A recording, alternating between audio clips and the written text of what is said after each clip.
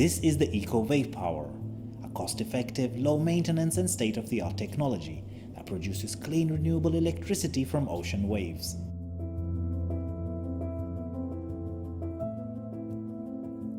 Simple yet cleverly designed, the Eco-Waves floaters can be attached to existing man-made structures such as docks. This setup makes the floaters accessible and simplifies the installation process and maintenance.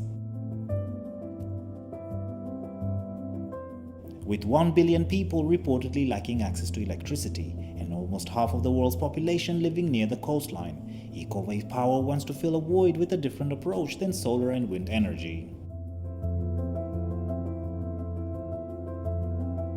Eco-Waves floaters draw energy from incoming waves by converting the rising and falling motion of the waves into a clean energy generation process.